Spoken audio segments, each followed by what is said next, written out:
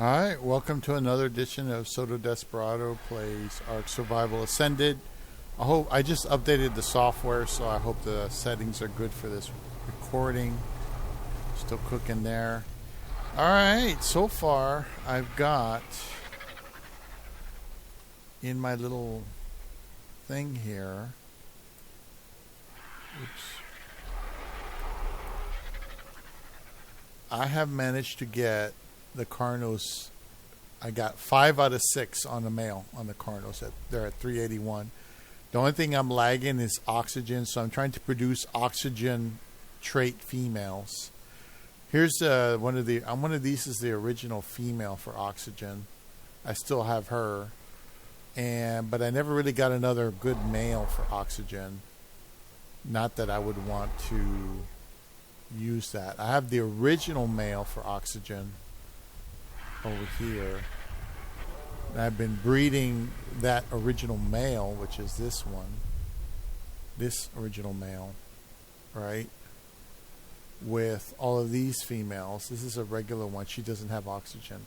All these don't have oxygen, and I've been swapping them out, trying to get rid of ones that just have 2 traits, and I'm trying to put 3 or better traits, but I just bred them a while ago, so they're not available. We're still under the breeding bonanza, but it just doesn't seem like they're quite ready yet. She could be bred later, and I have to wait till tomorrow for that. The RGs are doing great. I got a bunch of eggs here. I just haven't put them down yet. So the RGs are already consolidated at, I think it was, what, $3.99? Yeah, $3.99, and he's picking up eggs. Pretty good.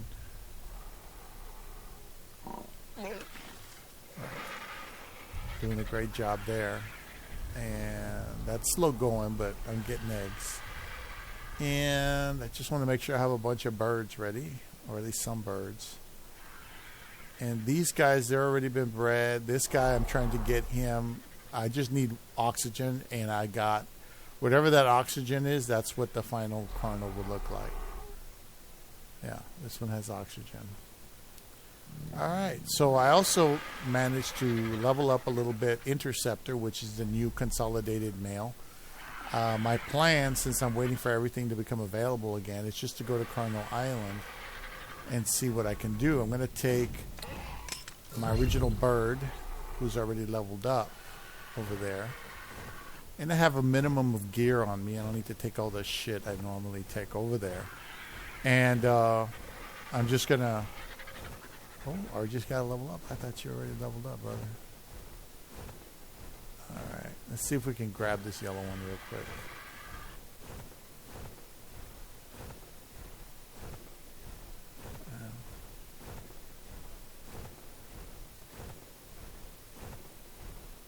There's an old trick. I used to put all the shit inside the drop. Take it outside of its inventory and then put it in the drop itself. And it's an old trick to save weight. Like, you want that, you want that, you want that, you want that. And you can put it back in the inventory. You see? And it'll hold it for you until you're ready to take it all. You know, and then I can take this, which is the lightest thing, and there. It's all in inventory inside the object. I don't have to carry it around with me. Alright, so there was 2 notes, and I've decided to just do this manually on the ground, which is going to be way too much fun. Alright, so right now, see, the good thing is there's no microraptors, so theoretically I should be able to do this. Theoretically. Should be able to do this. Alright. So I'm going to go over there and, I forgot there's a video. Joey the Gypsy, prepping for hurricane while living in my car. I didn't even know he was in that area. Alright, let's talk about this hurricane. So I'm in Clearwater, and right now they've got the Florida. track going over the south part of St. Pete, and I'm just north of St. Pete in Clearwater, so I'm guessing where I'm at, we'll be seeing maybe 50-mile-an-hour winds. That's what it's looking like on my weather app, so we'll see what it be my final I forgot chance about to reflect. these. I may as well take advantage of it. I realized that had I just ignored the signs and accepted this paradise at face value, I'd still be We'll happy do and this free. first because it's forever. It Could takes that have forever. been better? I don't There's think so. Another one After a lot of thought, down here. I've decided that I'd rather die seeking the truth than living in a... Beelzebufo palucocus is the largest frog I've ever seen. Almost impossibly large. It can actually fit a So I'm gonna full-grown get human bonuses. adult on its back. Though, just barely. This is a dangerous prospect, though, as secretions from Beelzebufo's skin and saliva have a narcotic effect on most creatures. Not surprisingly, Beelzebufo is adept at killing insects. Its lengthy tongue allows it to quickly grab prey from afar, killing most insects near instantly and quickly digesting them. It even combines the narcotic chemicals in its mouth with the insect's chitin to create a specialized sticky substance. Tamed Beelzebufo make for strange mounts for strange people. Many tribes don't believe there's any reason to ride them, but some enjoy the ability to take large vertical hops up huge walls and cliffs. Regardless of how it's ridden, Beelzebufo is almost employed for its ability to quickly cull insects and convert them into always useful cementing paste.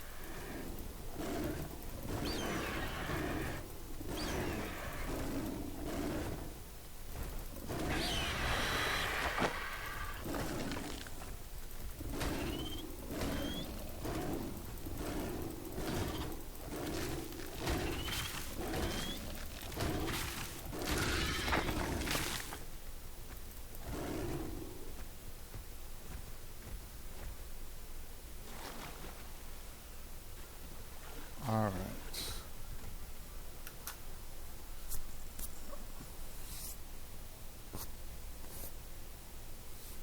Let's go ahead and we're going to continue killing shit because we got an experience bonus. And we got 15. So we're going to put it all into melee. And really start kicking some ass. This is why I consolidated this fucker and got an imprint. 100% imprint. So there's a reason for it. Anyway, let's continue Joey's video. Sorry, Joey. ends up being. I got a buddy over in Countryside I could go stay with, and to be honest, I would like to go stay with him, but I feel like I'd be like ditching the mechanic at that point. So I don't know. We'll see what happens. If it gets any further north, I'm going to probably go stay with my buddy. We'll see what's going on. Because there's a lot of trees around here, and the ground is wet, and it could be uprooting trees. You just never know. And here's the other thing: they don't know exactly where this hurricane is going to go. It's all just, they've got a vague idea, but that track will probably change before Wednesday. So, how do you prepare for disasters? Well, in my opinion, if you've got the money and the resources, you should build out a vehicle to have a second emergency mobile home. But I understand most people don't got the money like that. The only reason I was able to build out a car to live in is because I don't pay rent. I live in my car. So It doesn't take much to build even out a if I had vehicle. $10 million, I would to have have a something. nice 4x4 SUV built into a mobile home. For the rest of my life, I'll have that. Because it's just the best way to prepare, in my opinion. Unless you've got like this whole prepper community all working together in farming and stuff like that. That's the best way to do it. But if you're solo, having a mobile home built out into a vehicle, I think is the best way to be prepared. But, this is just going to be like general preparedness for everyone. So, because I watch a lot of these like preppers on YouTube. I don't know if you call them preppers or what, but I've always been into like survival and prepping and that type of stuff. So it's something that I have been paying attention to pretty much my whole life. And a lot of these guys on YouTube, they give good advice, I'd say most of the time, but the problem is it's like they operate under the assumption that everyone's got $10,000 to spend to have, tanks of fresh water and gas and all, everything, and most people just don't have 10 grand to blow. So, here's the bare minimum of what you need. And what we've learned from Hurricane Helene, the government is not much help. There's people trapped in the mountains of North Carolina. Now, if they had this stuff that I'm going to tell you about, they wouldn't need any help. But, so, the first thing I say everyone should have is a water filter. You don't need to carry around a SeaWorld-sized tank full of, whale tank full of fresh water. It'd be good if you could have that, but who's got the resources to have that? You know what I mean? So you can get a water filter. I've got a couple of them. Now, this is called the Life Straw, and they used to give these to Special Forces soldiers, I think. I don't know if they still do, or if they give them to whatever puddle you find, and you can drink the water, and it'll filter out everything. Oh, I used to have one of those. I think this is supposed. They're not good for water that's got contaminants like oil or chemicals. If it has too many chemicals or oil, you don't want to use that thing. It will not work with like a puddle full of old engine oil or chemicals that were spilled in there. That will still poison the fuck out of you. So be careful what water you choose to use that with. Supposed to last a lifetime. Not 100% sure on that.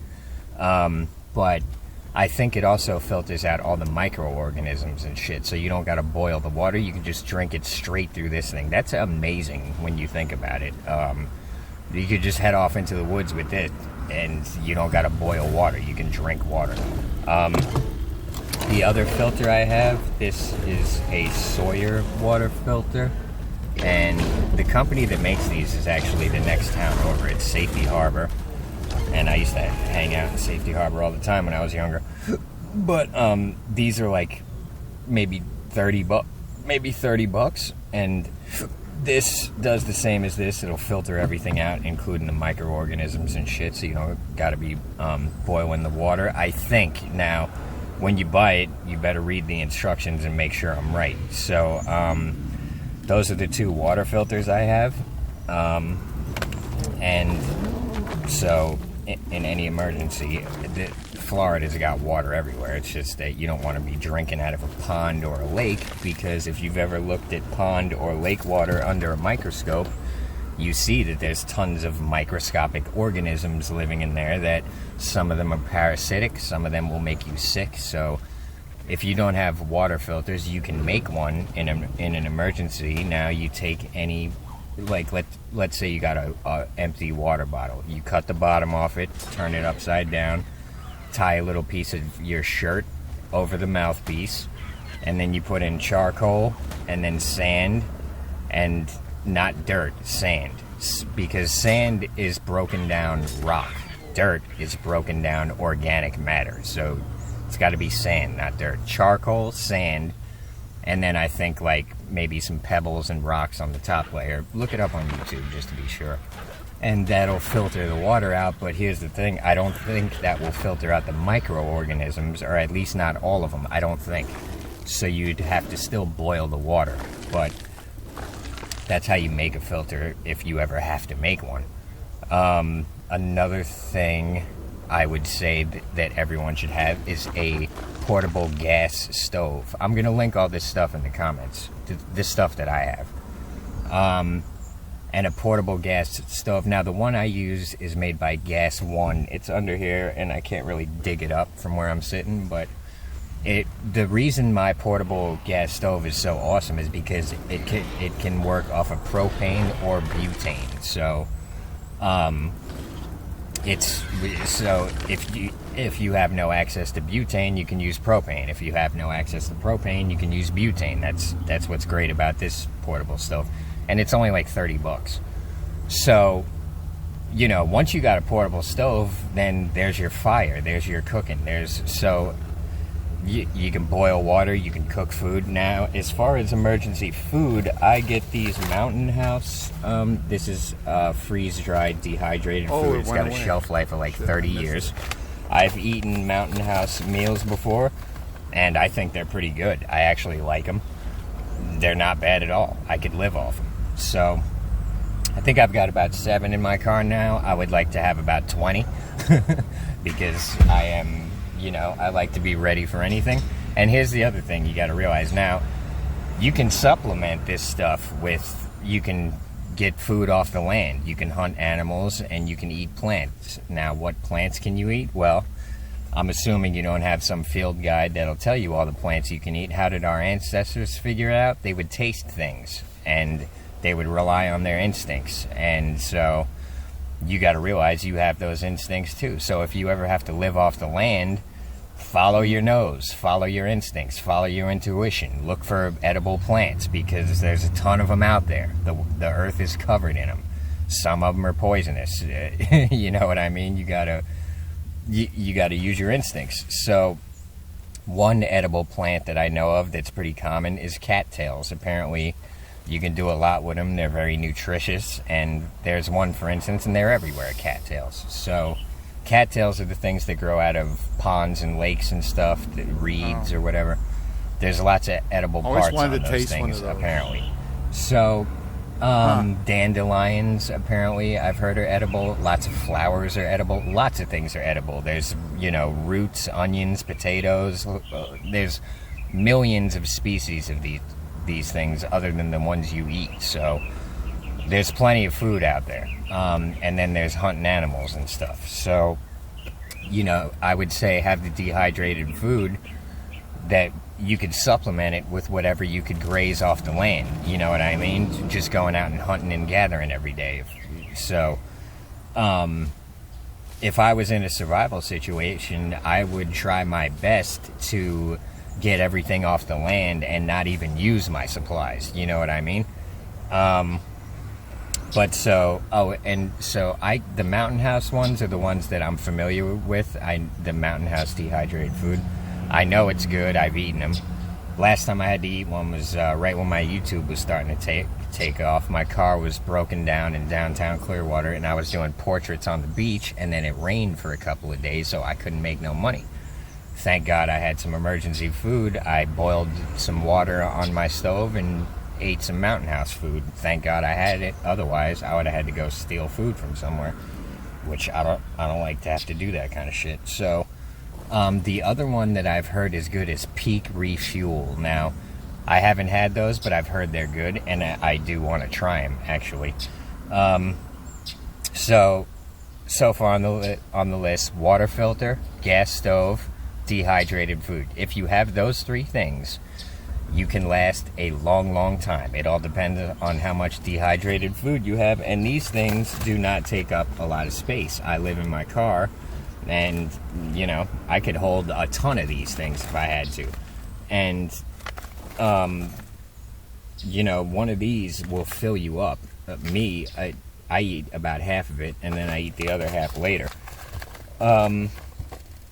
Because I'm not a heavy eater. But, so, water filter, gas stove, dehydrated food. Those are like the staples that you can live for a long time without any help or anything from anyone. And whatever you can graze off the land, hunting and gathering. So, now, if you've got a little more money to spend, I would say get a solar panel and a solar powered generator like the ones I use.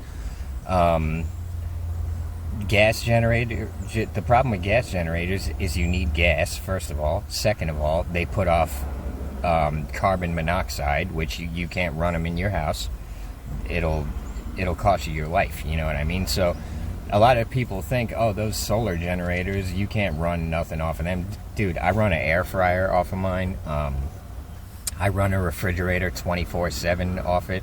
I mean, these things are powerful nowadays. You don't need a gas generator. I would say get the solar generator because all you need is sunshine and you got power. And so even if the sun doesn't shine for a couple of days, sooner or later the sun's going to shine. So you got power. Now, I'll link this stuff in the comments. The solar generators I've got the Vito Man Flash Speed 1500, which they sent me for free.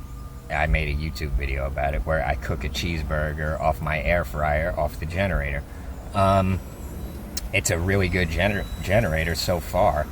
And they gave me a 220 watt foldable portable solar panel, which is a really good panel too. So that's one generator I got. Then the other one I got is a cheaper one. Now the Vito Man Flash Speed 1500, I think that's going to run you probably around $1,000, maybe more.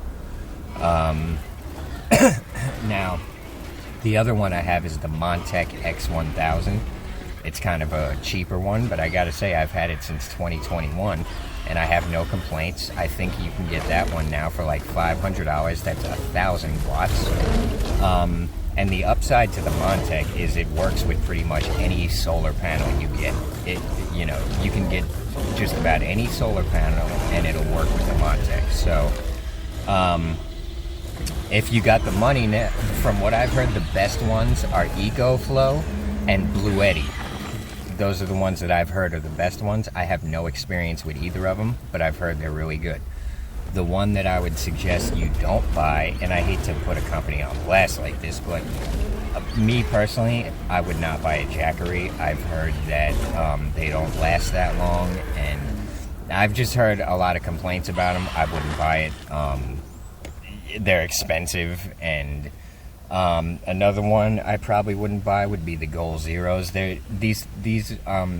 Those are the ones that used to be good, but the technology has kind of passed them by. But you know what? Do your own research and get what works for you. So one of the main things to look for with the generators is the lithium ion phosphate batteries. It's LiPo, they call it, because those batteries have thousands of cycles in them, and they will last you like 10 years. They last and I'm talking, it'll last you 10 years if you're constantly using it, cycling, charging it and running it down like every day. They last a long time from what I've heard, and I believe it because my Montech, which is a cheap one, is the lithium ion phosphate, and it works just as well now as it did the day I got it. And I just had to get a new portable refrigerator, so my old refrigerator, the compressor went bad, so it was running constantly and just eating power off my Montech. So, even with a drain like that on it 24/7, my refrigerator, my old one was running for about 2 months straight, just sucking power out of my Montech. And the thing just kept going like a trooper. And now I got my new fridge on it, and now it's running real well. So far the list: water filter, gas stove. Now I'll link the one I got in the comments with the propane or the butane. That's the best one in my opinion. It's like $30. You can't go wrong. Water filter, gas stove, dehydrated food, power station, and solar panel if you got the money for it. Great things to have. Now the other thing I would say to get, if you have the money, is a portable refrigerator that runs off the generator, because if those people stuck in the mountains had these things, they could last forever, literally. If you got a refrigerator, you can go out and hunt food and the food will stay good. You don't got to smoke it and all that shit. Refrigerators are a really good thing to have, and these portable 12-volt refrigerators are super efficient. They're not like the refrigerator in your house. They're going to pull like a fraction of that power. Now they're smaller, but it's still a refrigerator. You know what I mean? It's going to keep meat good pretty much indefinitely, depending on the temperature you put it at. You know what I'm saying? So if you got the money, those portable refrigerators are worth having. I'll link the one I got. So I can't afford the really good ones, like the Dometics and the Icecos. Those are supposedly really good. I never had either, so I can't say from experience. But the ones I have owned are the Joy Tutus one from China, which lasted me about 2 years, and then the compressor went bad. The one I just got is the Bouge RV, which actually is the same exact refrigerator as the Joy Tuttis one. There's some factory in China making these. They just, whatever company buys them in bulk and then sells them on Amazon. So it's the lower end one, the cheaper one. It's about $300, brand new. And I'm guessing it will run efficiently for about a year or two. And by that point, hopefully I can afford one of the better ones. But for now, for short term, you know, just for an emergency, I'd say get the Bouge RV or one of the cheaper ones, because if you're not going to be living off it like I am, and you're only going to be using it during emergencies, it'll probably last you a real long time. The only reason I run them out in a year or two is because I'm living off it and using it every day. It's going back. I'm also in Florida, where the refrigerators have to work extra hard to stay working. Follow me. And another thing I would say to get is like a headlamp, or see, here's the thing. Nowadays, if you have a power generator, like a solar generator like I got, AA batteries, triple, all that shit goes out the window. You don't need all that shit no more. You buy the rechargeable headlamps and flashlights and shit, and you just charge them off your generator, which is getting power off the sun. So you don't need to deal with batteries no more. Your generator is your battery. And so I buy, the headlamp I got is the Bindi rechargeable, and I love it. It's super efficient. It lasts a real long time. It's got different, you know, shades of brightness, and at its highest brightness, it's like the high beams off a car. The thing's like this big, but it'll light up the whole area. And I use it as my light. Let's see if you can see. Yeah, it's hanging from my cargo net back there, but that's my light. And I probably have to charge it about once a week, and that's my main light back here. So at night, that's my light. I turn my light on, and I've got other lights, but that's my main one. And so I don't need to put batteries in it. I just plug it in when it needs to charge. So, you know, if you got the stove, that's your fire. You know, it's good to have lighters and backups. I've got lighters everywhere. So, but the stove, that you do all your cooking off of that. So, you know, I'll link all this stuff in the comments, and, you know, good luck everyone in the path of this hurricane. We'll see where it ends up going. If worse comes to worse, and it looks like it's gonna come closer to here, I'm gonna probably head over to my buddy's house, take the panel off my roof, put it in his garage, and just hope for the best, and just go chill in his house till it passes. But we'll see what happens. And, you know, who knows? The hurricanes are unpredictable. This one looks serious, though, I'll tell you that much. So I guess this is my hurricane video, and this applies to any emergency. If you have to disappear into the woods for an indefinite amount of time, this is the bare minimum I'd say that you need to survive. And, you know, you could do it with nothing, honestly. People don't realize it, but you're more resilient and, you know, smarter and more capable than you realize. We've been raised in this society that teaches us you have to have a job and work and die, and that's it. You can't do anything else. But realistically, if someone just dumped you off in the middle of the woods with nothing, most of you would survive. Most of you would figure it out. That's my opinion, I think. Now, if you have a water filter, a gas stove, and dehydrated food, you're definitely going to survive, because you know, with whatever else you could get off the land, you're going to figure it out. And as time goes on, you'll get better at surviving, and you know what I mean? So yeah, I guess that's the end of this video. I appreciate y'all. Thanks for the subs, likes, comments, tips. I got to go respond to some comments on Patreon. I've got some preparing to do. I would like to go get some more fresh spring water if I can get my hands on any, but it's probably all gone by now in this area. But I'm gonna check the store anyways. But yeah, I've got enough food in here to last weeks, probably, between my dehydrated food and what's in my refrigerator and whatever other you know. I've got enough food to last me and probably, if other people around here need some food, I could spare some food till things get back to normal. You know what I mean? So I went and got, what food did I get? So I've got my dehydrated food, then I bought some turkey and some bread and some cheese, and good. You know, so that's one tier below. If worse come to worse, I'll be surviving off turkey sandwiches. I've got, you know, random stuff in my refrigerator: avocado, peppers, olives, hummus, just normal shit that I normally eat. So, and like I said, I don't eat a lot, so. And the other thing is, as long as the sun shines after the hurricane, my power will be back on. So if anyone around here needs to charge their phones and stuff, that I can help them out with that. So, and I got, you know, all the tools to help rebuild if anyone needs help rebuilding. So, you know, I feel pretty prepared, but at this point, I would like to be more prepared and have a little more water. But if worse comes to worse, I can hold in here, I think, 5 or 6 gallons. So right now I'm sitting on probably about 4 or 5. And if I can't get any spring water today, I'll fill up my other tank with tap water. And then I'll have, I guess, yeah, I'll have about 5 or 6 gallons. So that's enough to last me for a week if I have to stretch it out. You know what I mean? Even longer if I have to, but we'll see what happens. Anyways, I'll see y'all after the storm. Appreciate y'all. I might film some of the storm. I don't think I'm gonna go live. I'll have enough shit going on. We'll see. You never know. If you see me popping up live, you know, it'll be during the hurricane.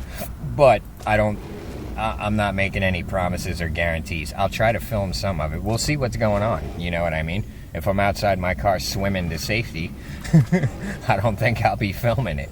But I'm a great swimmer. But let me tell you something. If I lived in any of the evacuation zones, I would evacuate.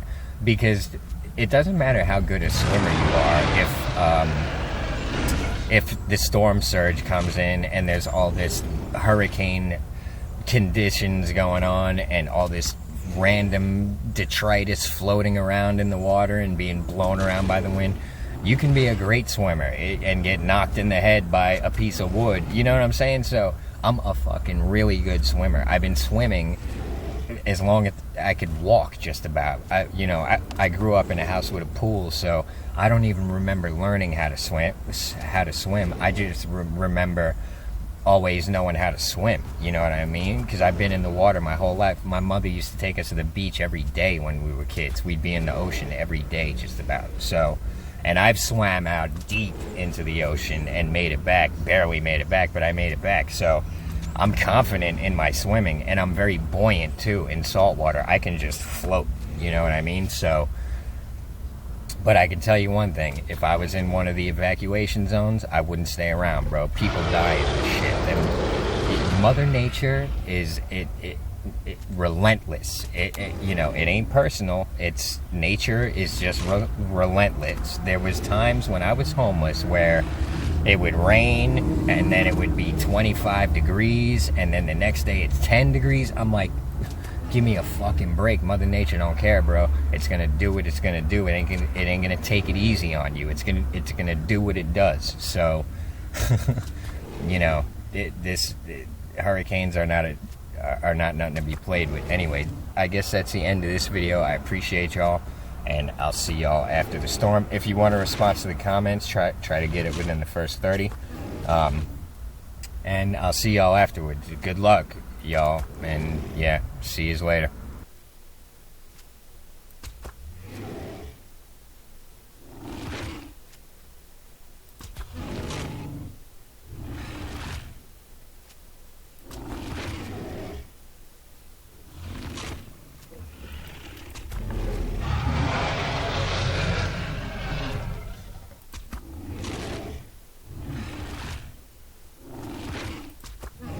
I'm leveling up Interceptor.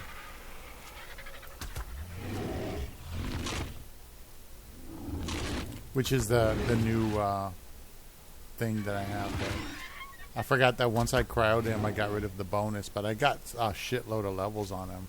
He's almost at 1,000 melee. which is really good. It's going to be a lot better than Tigger, who was the blue cat that I used. So I got a male and female saber-tooth of all stats, and it's pretty good. I didn't think I'd get it done so quickly, actually. I thought it would take some more time for those guys because they don't use eggs. But with the breeding bonanza, that shit happened quick. We're like one stat away from the Carno, and I'm still trying to get more raptors and stuff. Raptors and Rexes is all I'm going to get from this island. I consolidated the birds. I consolidated the saber-tooth. Almost done consolidating the... I also consolidated the pterodon. Almost done consolidating the Carno. Then I got to do Rex and Raptor, and that'll be the extent of this island. I mean, and I'll have a good sample of everything from this little island, which you guys keep seeing me come to because it's just the easiest way to do it. You know, just coming over here. You know, it's like right across the water from where my base is, and it's pretty flat and open. As you can see, if something runs up on you, you have a real good chance of seeing it. You know.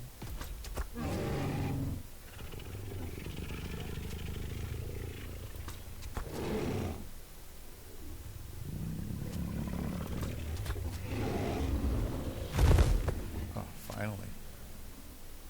Now, I don't have much prime. I'm going to have to go find a baby to kill real quick, but, you know, there, I got 30. That'll get it started. Oh, it takes about a third of my gun just to knock down a Rex. But my gun is so weak, you know. It's a male 232. Hopefully it has a good stat. Now, to consolidate the Rexes, I have to have a different kind of situation set up.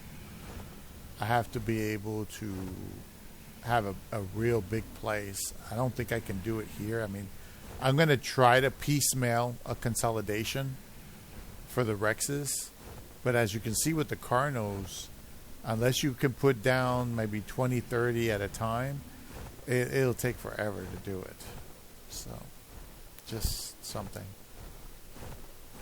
I'm so sure I saw a raptor or something there. I guess maybe I'm just mistaken. Alright, let me find some babies to eat.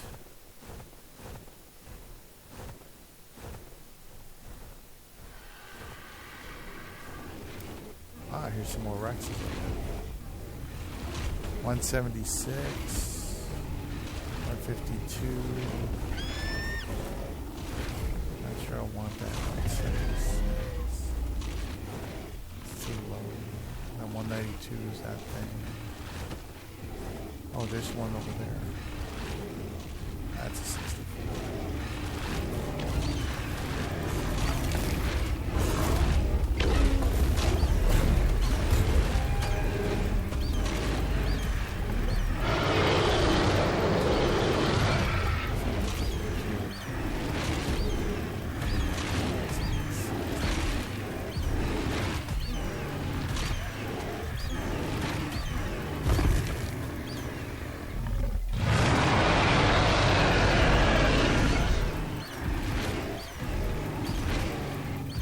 I gotta start making some birds and leveling up some birds too.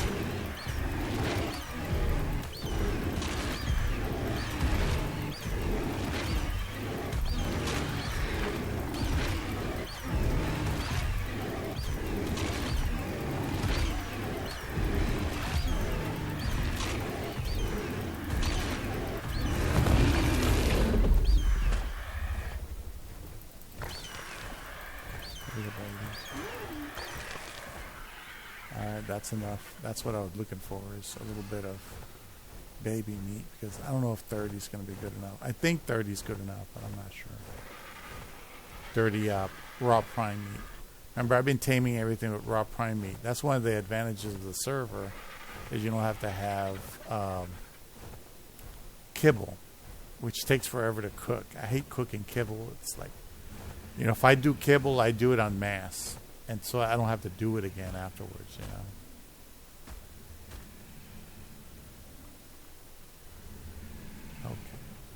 let's get you here.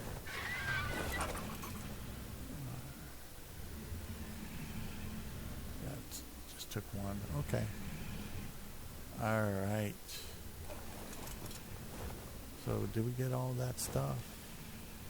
So I'm going to drop off the meat, the hide, and all that, and let this guy go ahead. There we go. Well, at least we got a shitload of levels on there. You know. Oh, let's do another video. Sorry, guys, I got sidetracked. Thank you, Joey. See, do you have anything else current? No. How to change your frequency? All right. Well, let's see how to change our frequency, guys. Let's talk about how to change your frequency. So it's a very useful skill to have. And to be honest, I'm not sure I really have this skill down pat, but I can tell you one thing. My frequency is a lot higher lately than it has been, maybe ever. So I stumbled into something on Instagram a while ago where it showed this like frequency scale, and I thought it was very interesting because it goes along with there's a book called The Kabbalion. It's the Hermetic, you know, if you ever heard of Hermes Trismegistus. I think the Egyptians considered him a god, like maybe Isis. I'm not sure. This is the kind of stuff I do on Patreon. Eventually, we're going to go over the Kabbalion on there, but it's been a long time since I've gone over the Kabbalion, so to be honest, I've forgotten a lot of it. But one of the things that stuck with me when I was going over it was how they were saying that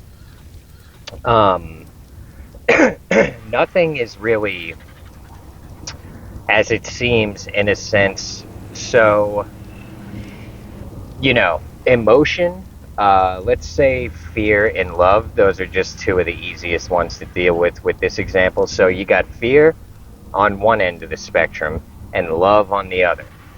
So really, they're not separate things. They're actually different degrees of one thing, which is, you know, we, according to our language and our way of thinking, they're separate things, but from a different perspective, they're the same thing. They're just different degrees of the same thing. They are opposite ends of the spectrum.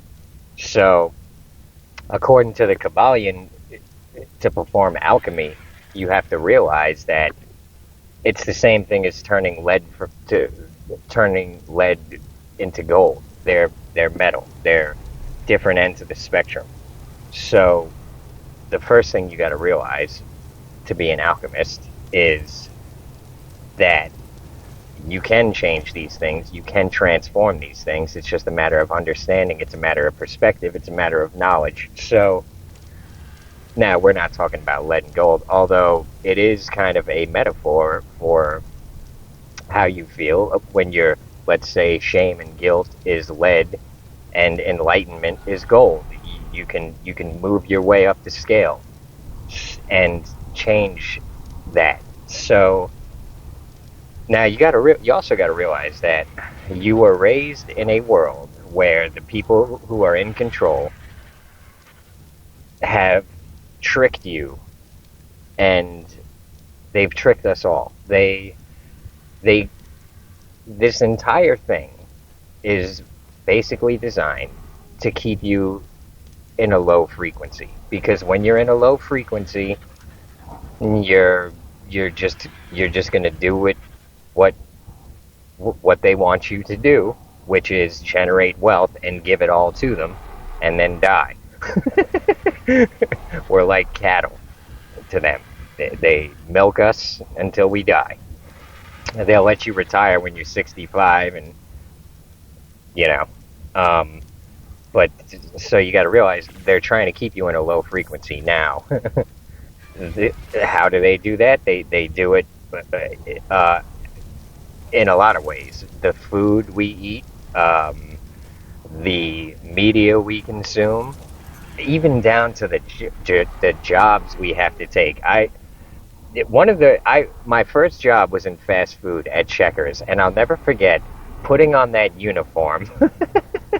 Made me feel like such a clown. I mean, I had to wear these like black clawed hopper shoes, like something that Herman Munster would wear. If you ever seen that old TV show, The Munsters, these goofy clawed hopper black shoes, these cheap black ugly pants, and this stupid Checkers shirt and this stupid Checkers visor. My first job was at Checkers. I only lasted a couple months.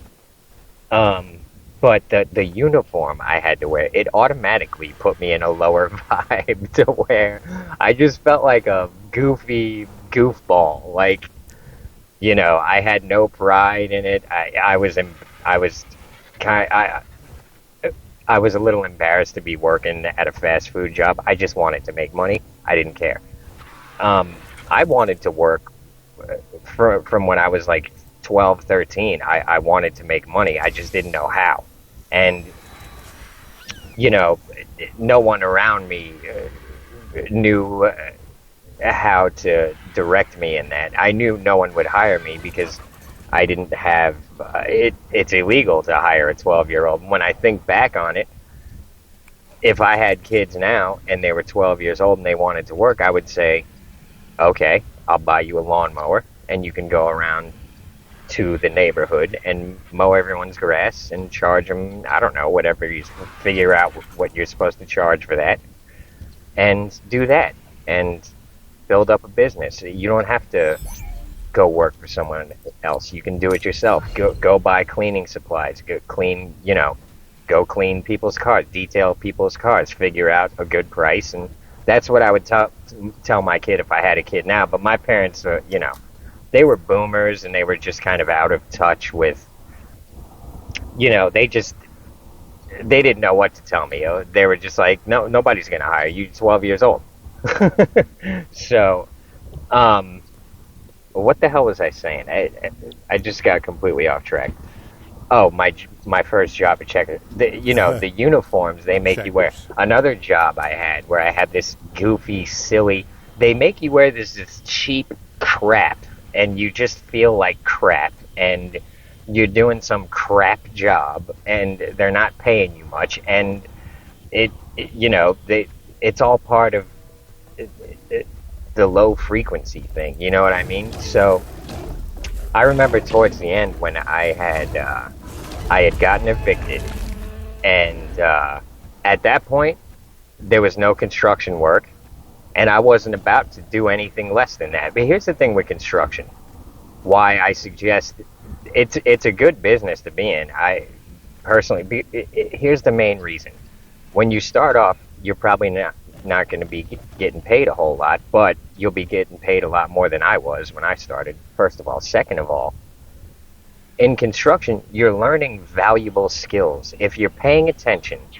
Now, I was working for the actual commercial contractor, so they were trying to teach me to be a superintendent. So I was doing a lot of small stuff around the place, but in multiple trades. So I was learning a lot from all the tradesmen out there. You know what I mean? I was able to kind of bounce around and learn from everyone. And when they needed me to do something, they would show me how to do it. So, you'll run into people in construction who don't want to teach you because they see you as like a threat to their job. It's a pathetic way to be. If you're good at your job, you're always going to have work unless the economy collapses. But even then, here's the thing. Let me stick with this subject. I guess I'll make this point while it's in my head. I don't care what the economy does. I don't care what the world does. I believe in myself. I believe in God's intelligence and will. I believe that whatever happens, I'm going to be all right. I'm going to figure it out. I'm a valuable person to have around. I don't care if the whole fucking society collapses. I'm an asset. You know what I mean? So I'm not concerned. And here's the other thing. I don't care what the economy is doing. There's going to be people capitalizing and making money. Always. So don't worry about all this bullshit. Don't let them keep you all scared and shit. You're always going to, if you got the right mindset, you're always going to find a way. You're always going to find a way. So this was one of the best things about construction. I wasn't making much money, but I was learning skills that to this day I use all the time. I'm a creative person. I like to build things. I like to make things. I built all this back here. If I didn't do construction, I would have never had the confidence to even attempt something like this. You know what I mean? So, and even with the landscaping, I didn't want to take jobs that were useless. I wanted to learn valuable skills. I didn't care about hard work. So, you know, my advice to any young person, and I know I could never talk my brother into doing construction. I don't get it. You want to sit in an office or work from home, and I just don't get it. Wouldn't you rather be outside working, getting strong, learning valuable skills? Like, my advice to any young person, get into construction, bro. Do carpentry, do concrete, do electrical, whatever, plumbing. It's all valuable skills that once you're good at it, you can work for yourself, and it ain't hard. There's people everywhere who need work done, and they don't want to pay a contractor to do it. So Yeah, if you're good at that's it true. and you got the tools, you'll find work, bro. I'm telling you. There's even apps, TaskRabbit or whatever. Personally, shit. I would do it without the Forgot apps. about I would put up flyers or something, just handyman for hire. I'll do anything. People need drywall fixes, you know. So construction is valuable skills. My advice to any young people: go learn some trades, bro, and you're set for life. It doesn't matter what's happening in the world, in the economy. Now, thinking back on it, if you know, I could have stayed in construction if I was smart enough to do it on my own back then. But back then I was like, nobody's hiring, you know. But nowadays, if those things happened and I wanted to stay in construction, now I'd have just started working for myself. I didn't have enough confidence back then to work for myself. I felt I needed to work for other people. And I thought, oh, I need a contractor license if I'm going to work by myself. It's not true unless you're doing structural stuff, which I don't want to do structural shit anyway, unless I'm getting paid a whole lot of money to do it. But before I get too far off track, my advice to the young people, learn some trades, bro.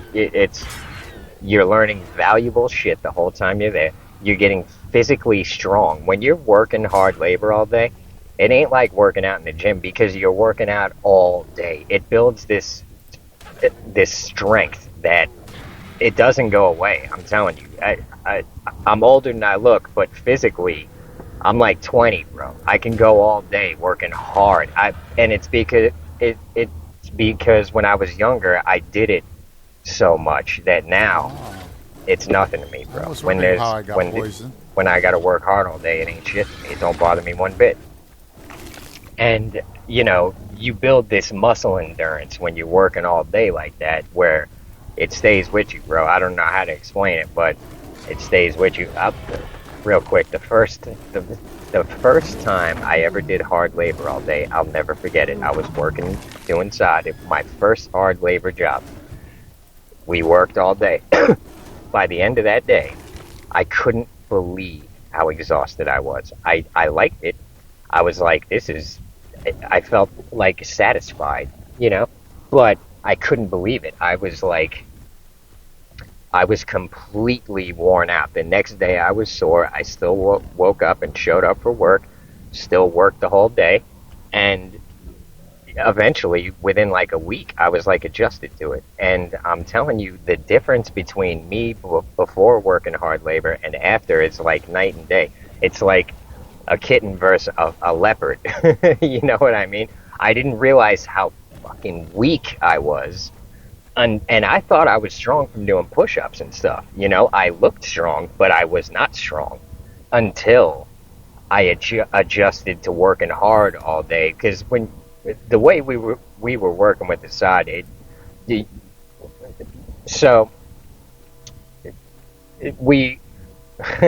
This video is all over the place.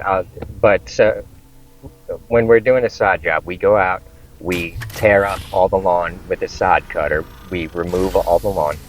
So we cut it all up, and we got to take it out by the roots, basically. So we're going up under the dirt and cutting it up.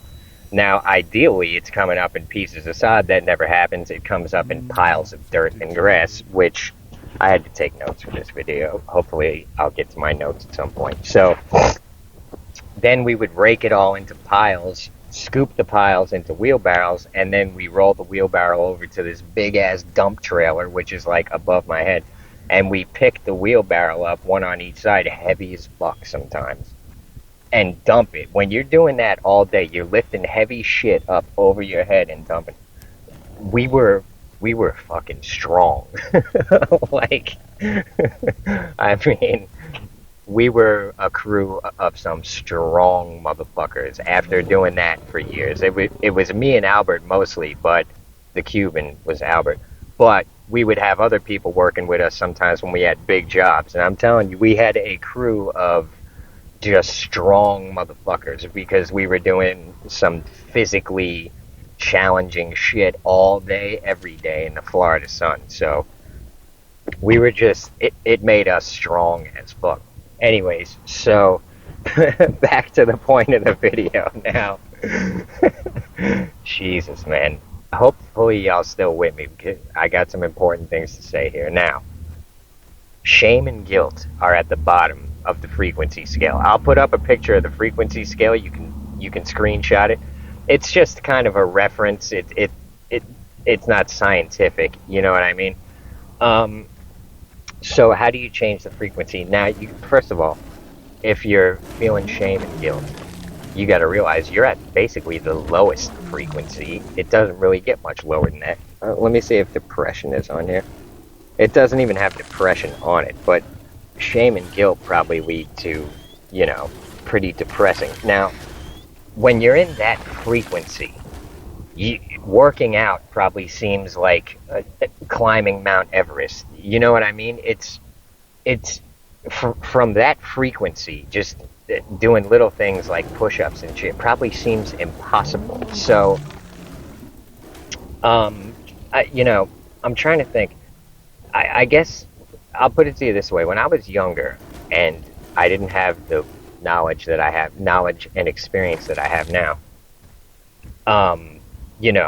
cleaning my apartment would be like this horrifying thing that I couldn't even stand to think about it. Like, every once in a while it would just be so filthy that I'd have to clean it. Just, I couldn't take it anymore, but I dreaded it. You know what I mean? Nowadays, my frequency is so much higher that I keep this thing immaculate. I'm vacuuming it all the time. I'm sweeping out the entryways. I'm cleaning the windows. I want to keep it clean because I'm at a higher frequency and it's nothing to me now. It's not like this challenging chore that I got to do. I'm just like, oh, there's some bullshit on the ground over here. Let me pull my vacuum out and get that cleaned up, because I like to see a nice crystal clear, clean, fresh carpet.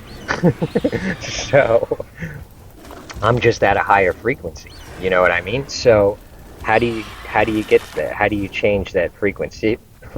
Now, do I feel shame and guilt? No, not really. Have I done shameful things that should cause guilt? Sure. We all have. But so why don't I feel shitty about it? I'll tell you why. Because I have learned to forgive myself. How did I learn to forgive myself? By learning to forgive others. So I couldn't tell you exactly how that went, but I saw this line.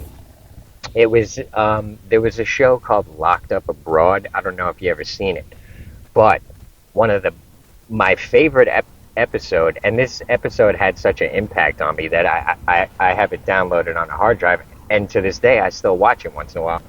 Here's what annoys me: they took out my favorite part, but it's still a great episode. It's Locked Up Abroad, Kuwait, where this English kid moves to Kuwait with his father, And his father's like super rich and buys him dirt bikes and whatever he wants. That's why he went to live with his father, because his father kind of spoils him. So he's living in Kuwait with his father. He's hanging out with all the other like foreigners living in Kuwait and some local Kuwaiti kids. They're like 16, 17 at the time. And drinking in Kuwait is illegal, I think. But these kids party, they drink, they smoke, I think, hash, and they party. Anyways, the kid goes to get, I think, maybe an ounce of hash or something. And it was an undercover busting him. He gets caught. And he had this girlfriend at the time who was totally in love with and all this. Anyways, he ends up getting arrested in Kuwait, locked up. He's like 16, 17. And I think they gave him like 10 years or some shit, something crazy, for distributing hash or something. And so this kid is in Kuwaiti jail, and he thinks his life is over.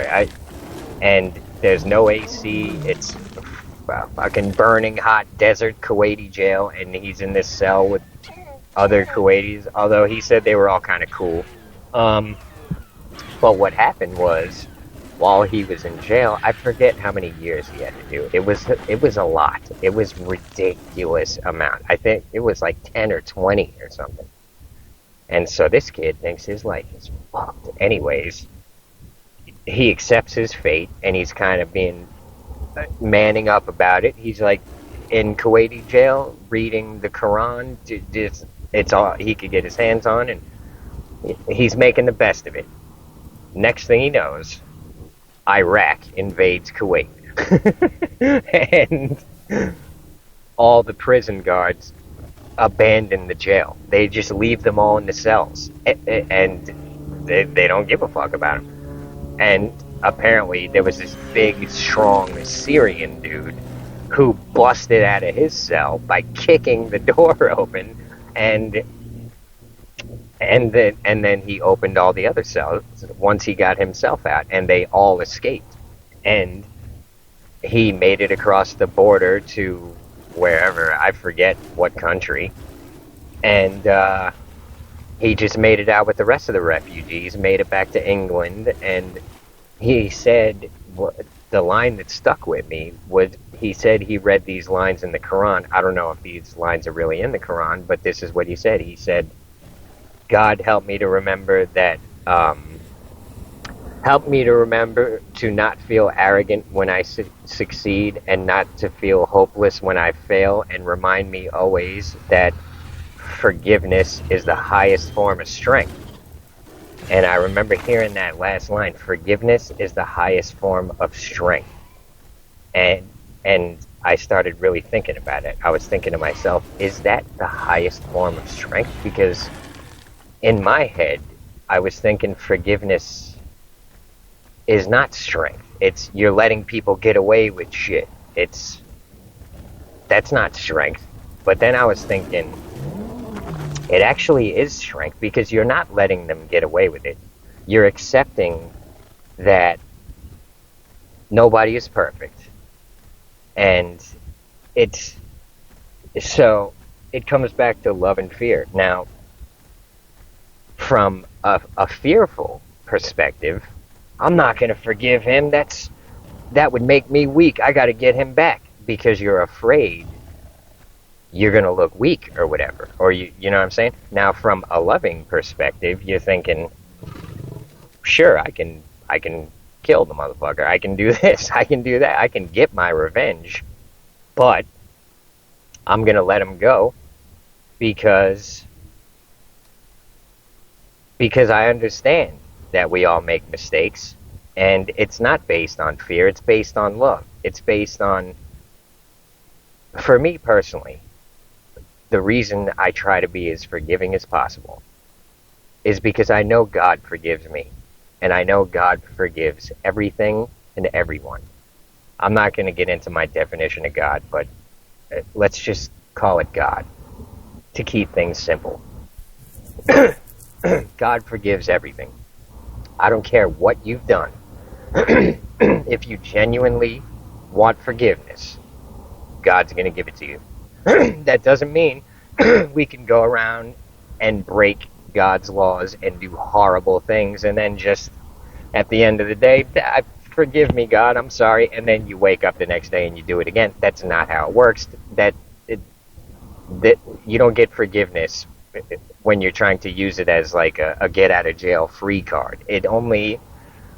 God forgives everyone who genuinely wants forgiveness. If you realize I made a mistake, I am not going to do that again because I was dead wrong. God forgive me. God's got you. He's going to forgive you every time.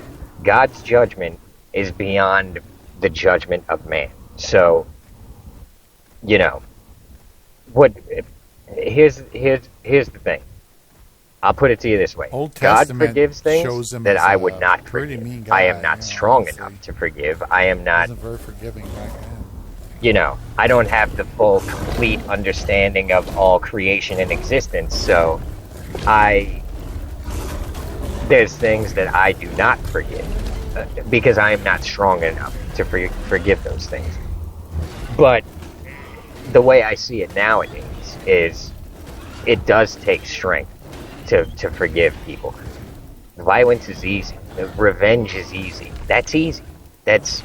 You're just satisfying your emotional. You're not thinking in terms of like the big picture where, violence begets violence, and vengeance is mine, said God, and you may not see it, but God doesn't forget, and God sees everything, and everyone pays a price for the things they do. So whether you take revenge or not, they're going to pay a price for whatever they did in this life or the next one or for the next 10,000 lives. Everything comes back to us. So, Might be able to kill it. So why why don't I feel shame and guilt for the things I did? Sometimes I do a little bit, but I remember that God forgives me because it was a mistake. And here's the thing. If you have to make mistakes. If you don't make mistakes, you don't learn. This is why God forgives everything, because if nobody was willing to ever make mistakes, the universe would not evolve. The universe is collectively learning through all of us. So, mistakes have to be forgiven. It's just the way things work. Things can't expand and evolve without forgiveness. It's stagnation. It's death. So, without forgiveness. So, am I saying that you should let people slap you across the face and then forgive them? No, I'm not saying that. If somebody slapped me across my face, we're fighting, bro. I'll forgive them afterwards after I get my licks in. But here's the thing. You don't have to forgive anyone, but here's the reality of the situation. Hanging on to these negative emotions and these negative feelings, it is hurting you. It's keeping your vibration low. You ain't doing nothing, man.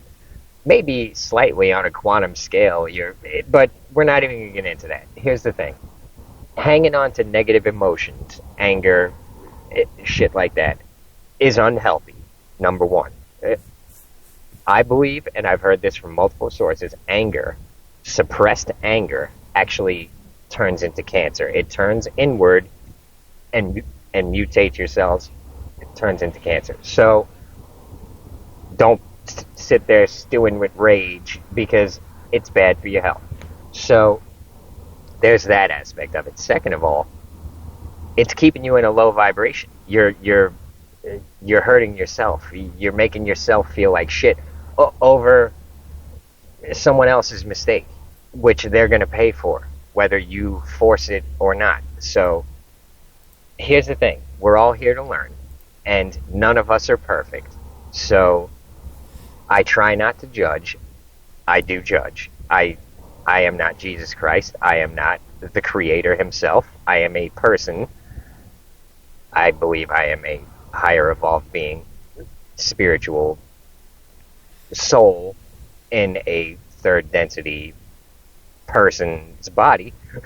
But to keep things simple, I'm a person and I'm not perfect, and I have animal instincts in me that make me want revenge at times, but I know that it's wrong because it's just adding to the pain and suffering of the world, really, what it all comes down to. And I don't want to do that, even to evil people.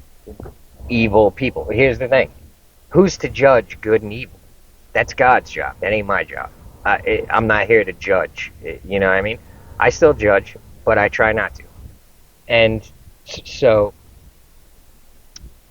I try to forgive others because I know God forgives me. And I know God wants me to try to forgive others. So I try. And I can tell you one thing from experience. It does raise my frequency. Now, my frequency now is higher than it's ever been. I feel great. You know what? When you feel great, you attract great things. So,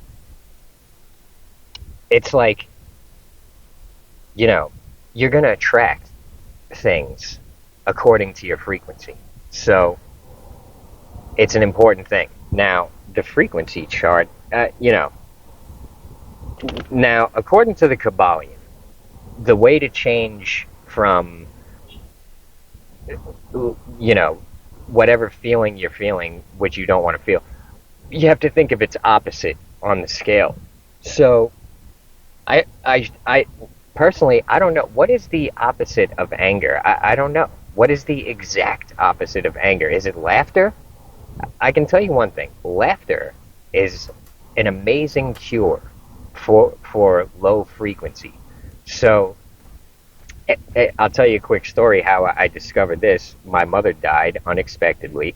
She had cancer, but I didn't think she was going to die because she had had cancer in the past and beat it. So she had cancer again. She was sick again. Man, this video is getting long. And I didn't know she was going to die. And then she died. And I was very shocked and depressed. And I did not feel good at all. I didn't think I would ever feel good again because my mother was the most important person in the world to me. The only person on earth I was very, very tight with. I mean, I love my brother, I love my father, but me and my mother were tight in a different way. So, me and my mother, we could read each other's minds. A very similar sense of humor, so I was very depressed. I didn't think I'd ever be happy again. I went and got a personal pan pizza from Pizza Hut, which used to cheer me up. This was maybe a couple days after my mother died, and it tasted like fucking ashes. It did nothing for me. I was like, man, there's no more life. I didn't care. A bolt of lightning could have hit me at that point. I wouldn't have cared. I was depressed. I was upset, and the TV was on, and it was one of these funniest animal shows where it shows the animals doing stupid, funny things, and it's funny. And I didn't even want to laugh. I was barely paying attention to it. Next thing I know, I'm seeing these animals doing funny things, and I'm fucking chuckling at some of it, despite myself. I didn't even want to laugh. I didn't even know if it was okay for me to laugh.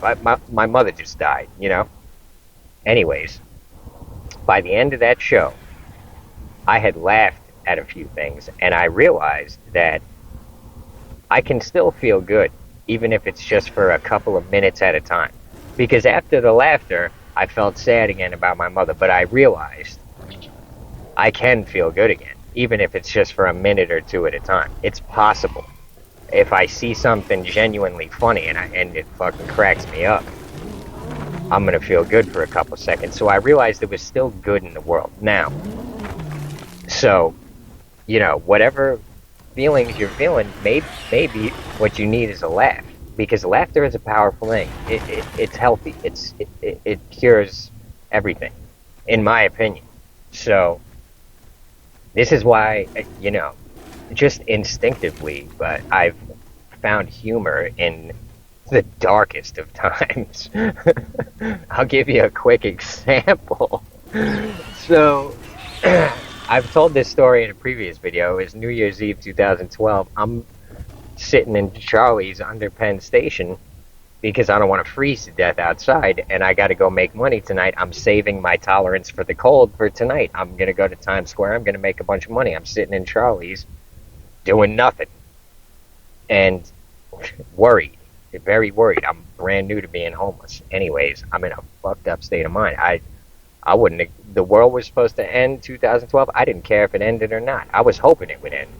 Anyways, I'm sitting there at the table, depressed, feeling like shit, freezing outside. I'm afraid to go outside tonight to go work. I'm dreading it, but I need to go make money.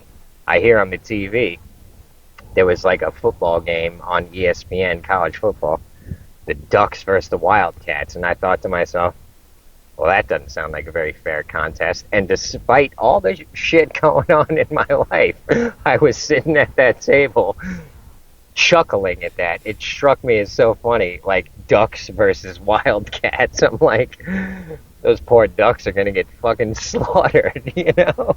And to me, it cracked me up, and I needed that laugh. And I felt a little better, you know what I mean? It's just it struck me as truly hilarious at the time. I don't know how funny it is to anyone else, but in my circumstances, I'm homeless. I'm, freezing to death. I'm huddled up in Charlie's and Penn Station.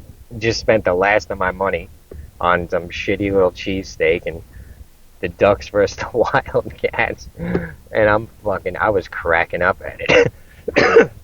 And so, how do you change your frequency? Well, according to the Kabbalion, you got to figure out what is the exact opposite feeling of the low vibe feeling you're feeling, and you try to move yourself up that scale. So let's say the exact opposite of anger is laughter. Go find something to laugh at. Look something up on YouTube. Something funny. Anything funny. You know what's funny to me is, you ever seen that show Scare Tactics? It's fucking hilarious, bro. It's these pranks where they scare the absolute shit out of people. They make them think they just witnessed a murder or something, or they make them think they're about to get attacked by a Bigfoot, or it's really funny.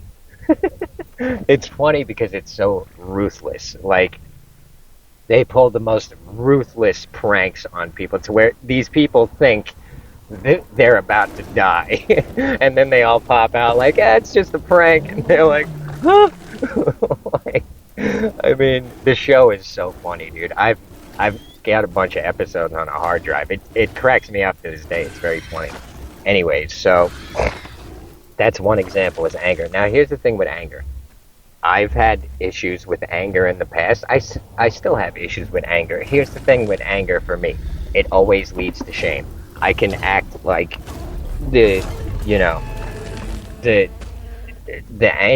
when I let the anger control me and I act like an angry asshole. I can't afford to get angry anymore. I just can't afford it. Once the anger passes, a couple days later or whatever, I feel shame.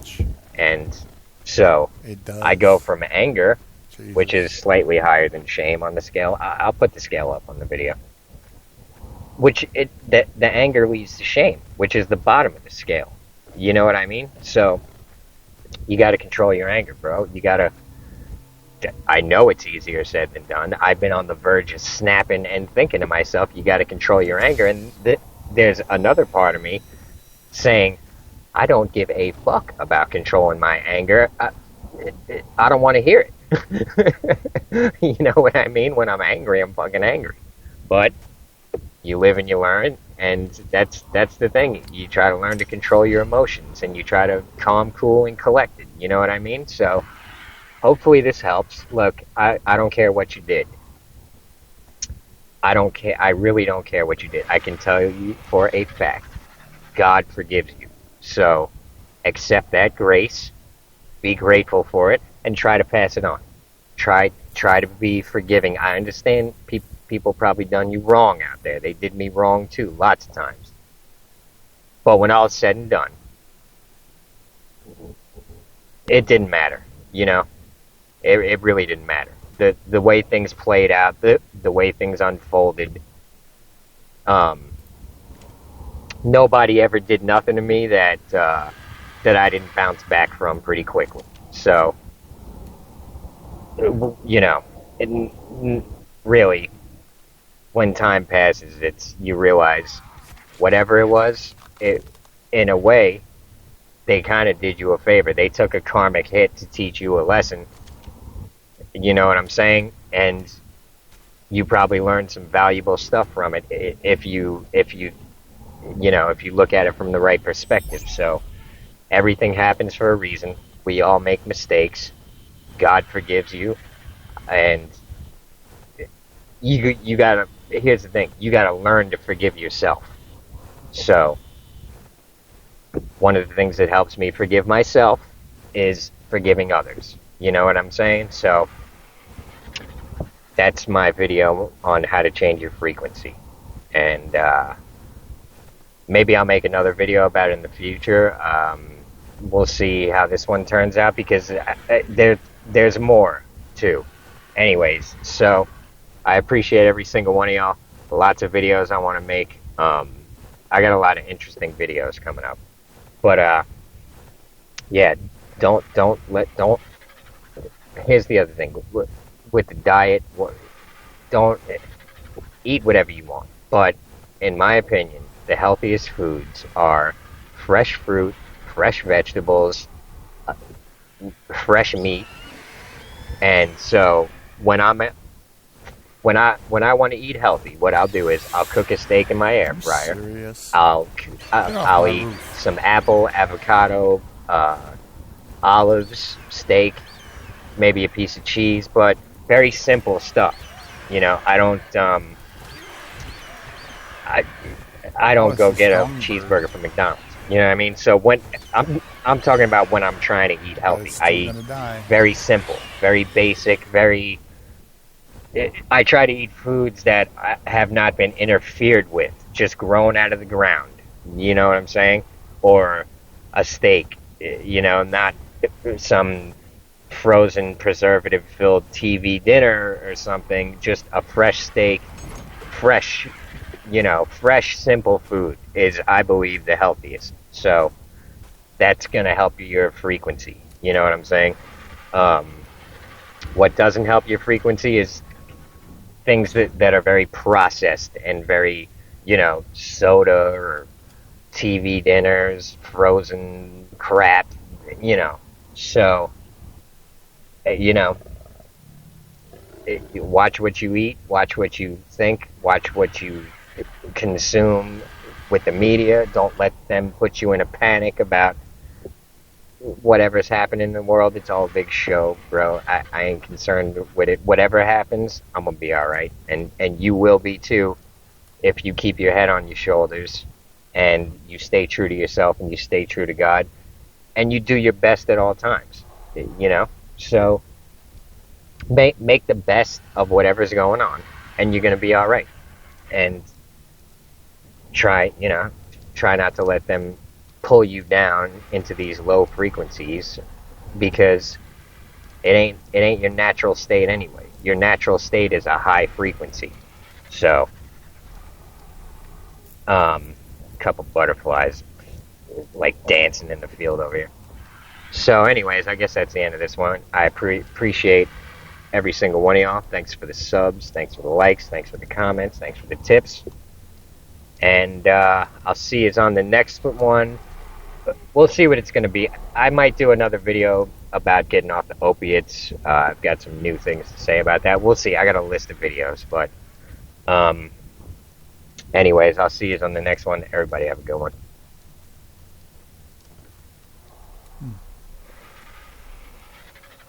In the church, they teach you to repent of your sin.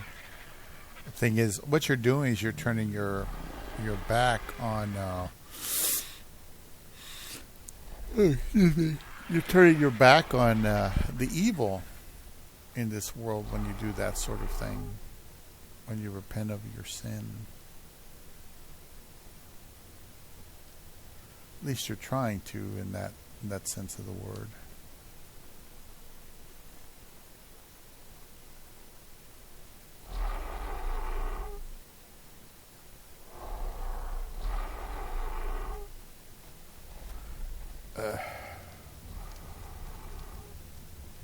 I'm still stuffing crap in there.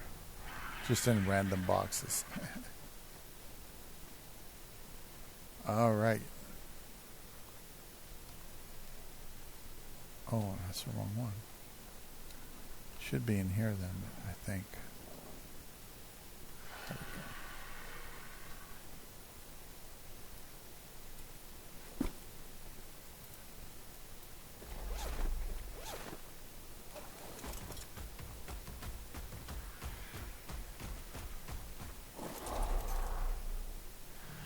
There it is.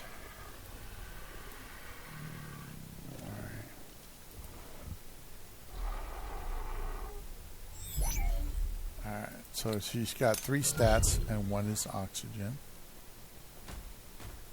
And the rest of the ladies, I think that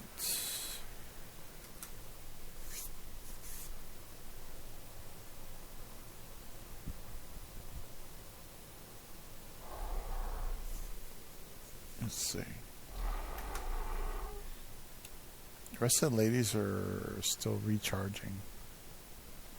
Not gonna be ready for tomorrow till tomorrow. And I'm gonna breed her right now. There we go. So hopefully that will give me a better animal. Yeah, if you change your frequency, quote unquote, repent of your sin, that's a good thing. What's this? High oxygen. I might kill that. I don't know.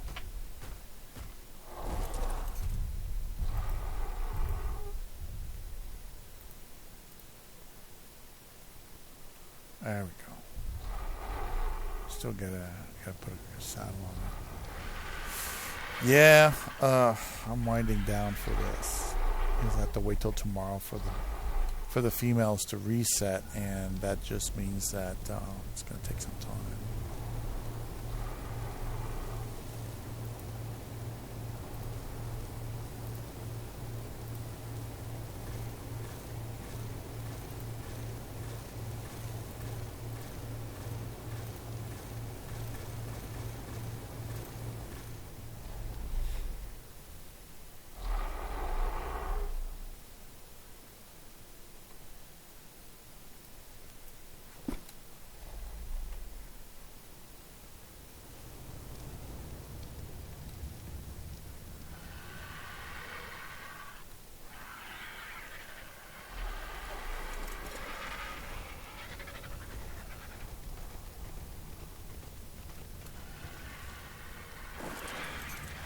Alright, let's give Joey the Gypsy some credit. And we'll thumbs up his video. And that'll be it for tonight. It's been an hour and a half. I'm just going to end the video here.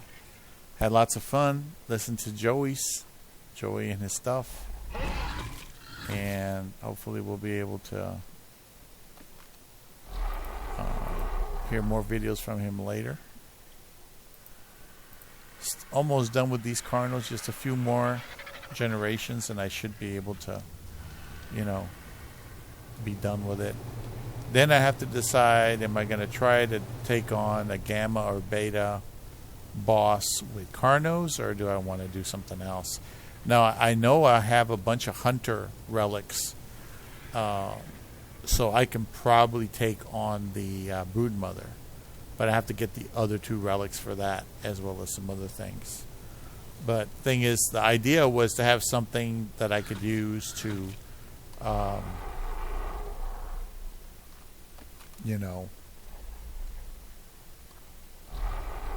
shit. That I could use to, anybody else available? Anybody else? 39 minutes. Oh shit, these guys are almost popping out right now. Some of them are almost ready. Fuck. In a minute or 2, half an hour. Shit, we'll see what I can do then. That's 4 hours.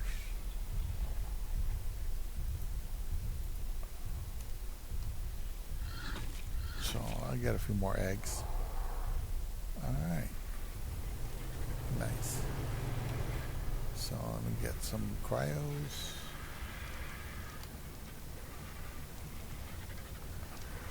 I didn't know they were that close to being done. See, all I'm trying to do is get females that have oxygen on them, and then I take them over there to breed with the guy that has the stats. This guy only has one stat, but that usually means that these ladies will lose. They usually lose a stat as a result. But we'll keep trying. I'll be done with it pretty soon.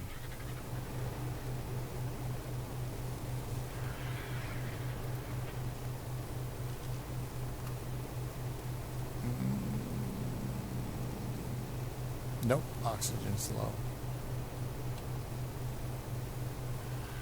Alright, well, let me put these down.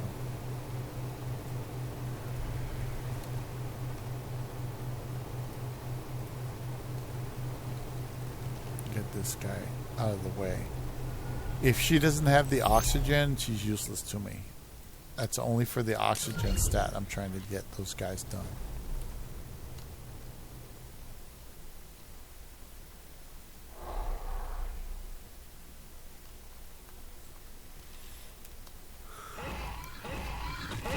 Alright. Get another one.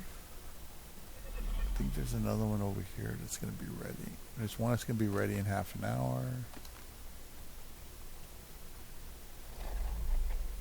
It's almost done. Halfway done.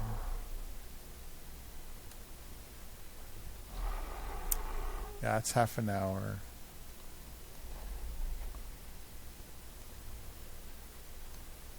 $3 hours, 5 hours. Alright. That'd be nice to get some more oxygen-rich females over there to that guy, because he doesn't have much to work with. That boy over there I have.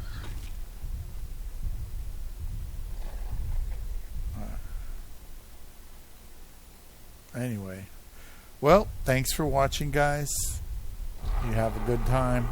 Enjoy your life.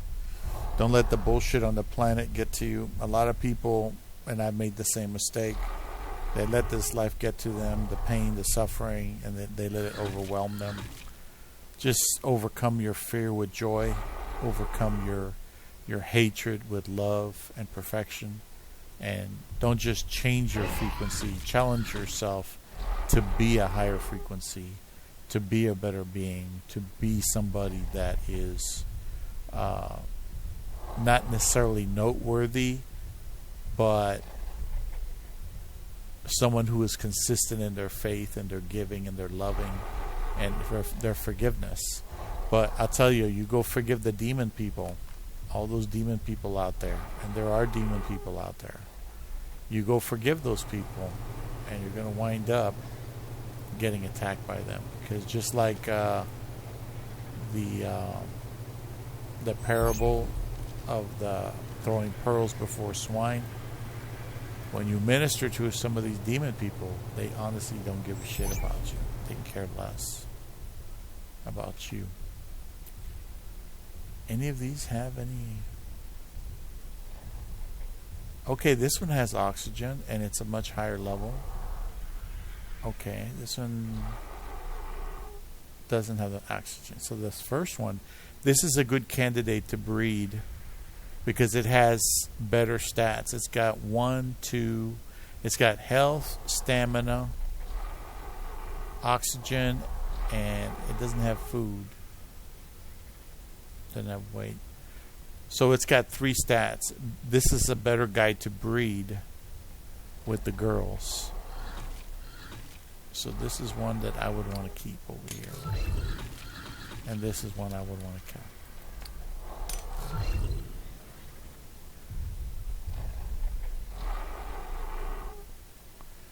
So I'm going to turn him off and save these females for later on.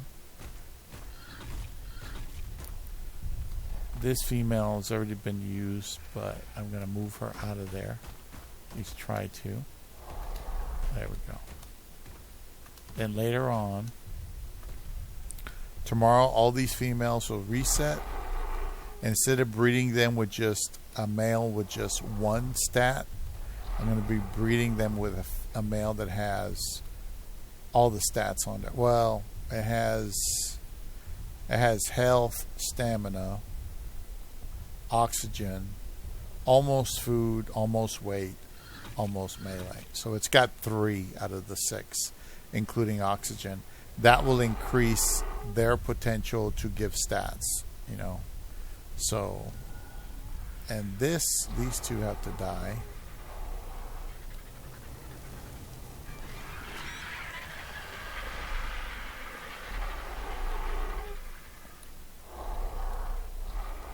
Make sure this guy's off. He's off. Alright, what else did I need? Oh yeah, that's right, I needed the gun.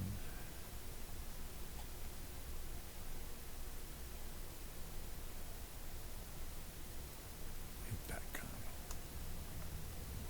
I gotta go kill those 2.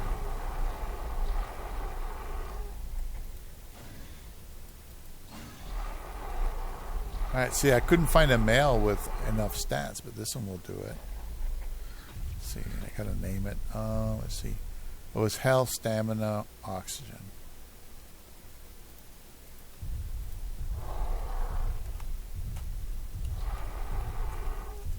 Oh shit, I'm still recording.